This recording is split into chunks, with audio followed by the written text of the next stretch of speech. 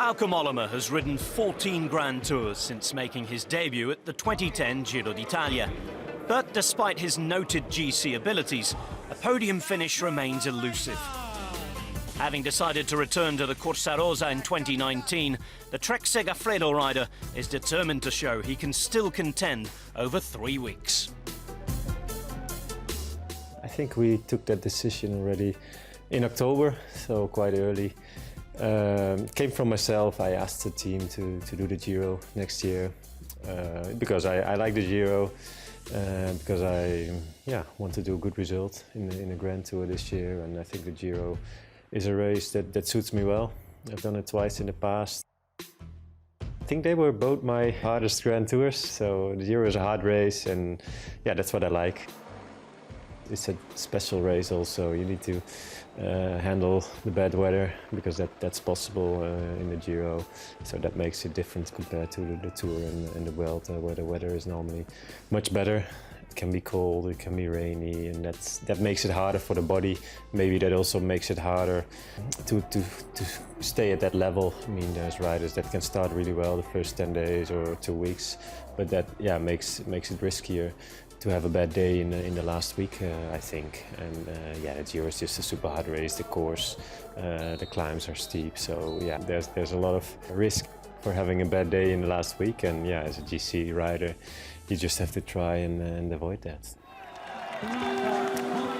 Meanwhile, this man, Bauke Mollema, who says he hasn't been at 100% at this Giro d'Italia, rolling in to finish his time trial. Not much is going to change for him today. Mollema last rode the Giro 2 years ago, when he looked in line for a top 3 finish following a strong start to the race. However, after seeing his form slip towards the end of the second week, he would have to settle for 7th. I started really well. At one point, I think I was 3rd overall in the middle of the race, more or less. I did a good TT, I did a good result on the first uphill finish on Blockhouse. But then the last 10 days, I was fighting, I was suffering, and I didn't really have the good sensations. My body was just empty, and I was just struggling to get to the finish. And in the end, I still finished 7th, but yeah, the feelings were not so good, especially that last week. And also after the Giro, we found out that my blood results were really low, so I wasn't really recovering as I should be. So yeah, that was good to know, and I think this year we will do a few things differently. But it was good to do it in 2017, and now, yeah, with those experience in mind, hopefully that will help me for 2019. Mollema also plans to return to the Tour de France this summer. But with Richie Porte arriving at Trek, his own ambitions will have to be sacrificed for a support role.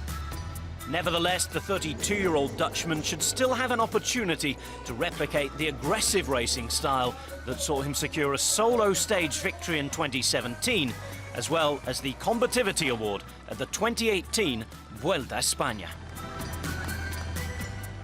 I like riding aggressively like that, like I did in the Vuelta and in the last week of the Tour, also last year and the year before. And for sure I will keep doing that. In the Giro, probably when you ride for GC, that it's harder to be as much in the breakaways as in the Vuelta, for example, last year. But I like to do 2 Grand Tours. I really like the Grand Tours as a rider, and I think they suit me well. So I think it would be nice to combine it and to do, well, at least 1 Grand Tour for GC the next couple of years, and then maybe another one riding aggressively and then really going for stage wins.